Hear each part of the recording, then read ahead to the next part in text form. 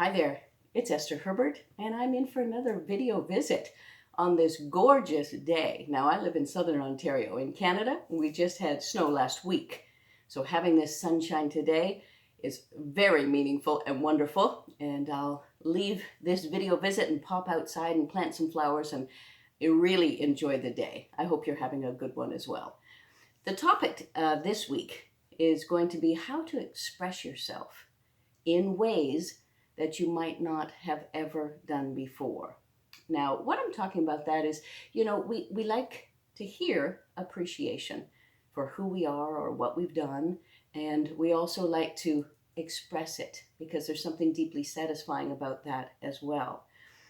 I think we are divided in a kind of two groups in society. We have people around us that love us and care for us, and um, there are those that can express it beautifully, and maybe the actions are not backing up the words as much as the words are out there being expressed.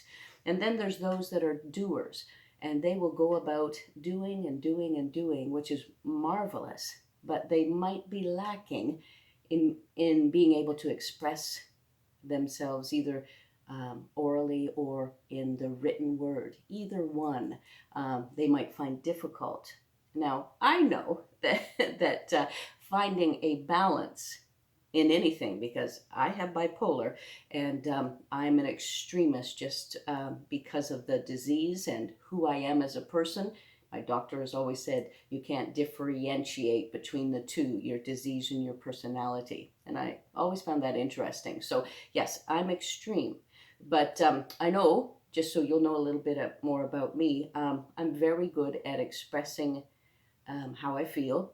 And I'm become, a person with their heart on their sleeve, I've been told lately. And I looked that up because I wasn't sure of the expression exactly. And it's somebody who says their deep feelings and emotions very easily.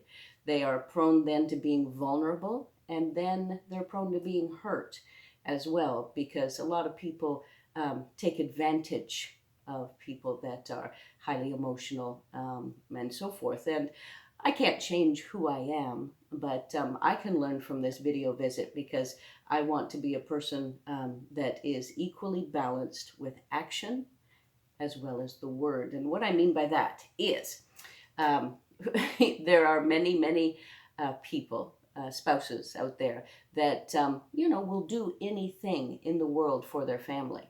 They're always out there, they're doing home improvements, or they're washing the car, taking their spouse's car to get gas. They're doing all the right, amazing things. And they're always doing, and that is phenomenal. But they just might not be very good at expressing their feelings. So maybe those type of people could stop and say, maybe I can write my family or my wife or my best friend or whoever it might be and say, I really, really appreciate what you've done for me lately. It makes me feel so good when you care for me and care for our children or whatever. And I wanted to say that and let you know that I love you dearly.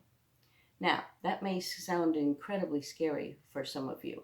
And if the face to face is not comfortable, try it in writing, in a text, in a letter, in a card.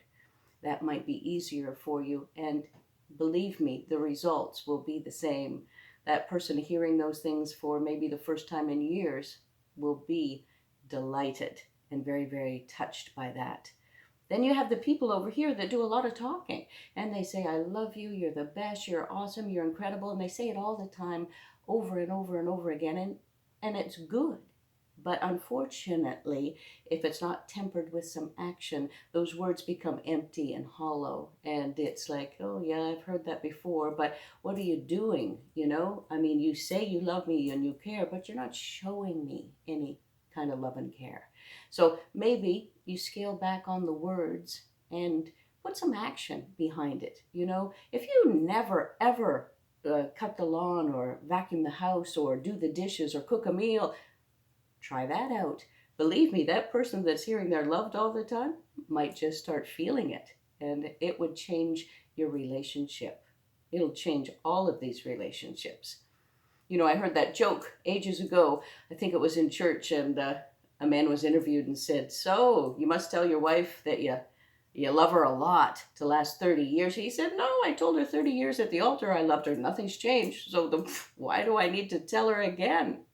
And I thought, I was just a kid when I heard that. I thought, isn't that awful? You want to make sure you're telling people. And I kind of took that on as a crusade. I wanted to make sure that people knew how much they mean to me. But like I said, need to have more action. I want to have that balance, and I'm sure you do too. So maybe the challenge today in the middle of this pandemic, as we're all kind of in close quarters, there's so much tension at times, but there's also such an opportunity to share and care and love. Maybe when you're out for a walk with your family, you can say how much you appreciate each person in your family and maybe a reason why. I mean, that would mean so much, because I've heard those stories later when, oh, my dad told me when I was 10, that I was very skilled and intelligent, and they never forgot that. So those words that you give people are so meaningful. And those that need to do more action, well, think of something, go out and buy flowers. Do what you can, something different and unusual. Hey, how about some of you men write a poem? Okay, don't throw anything at the camera. It's just a thought. Anyway, I do want to wish you all a very good week. I hope it's beneficial. I hope your mental health is staying strong, and that you're doing all the steps that you personally need to do to keep it strong, because your mental health is so important, and so are you.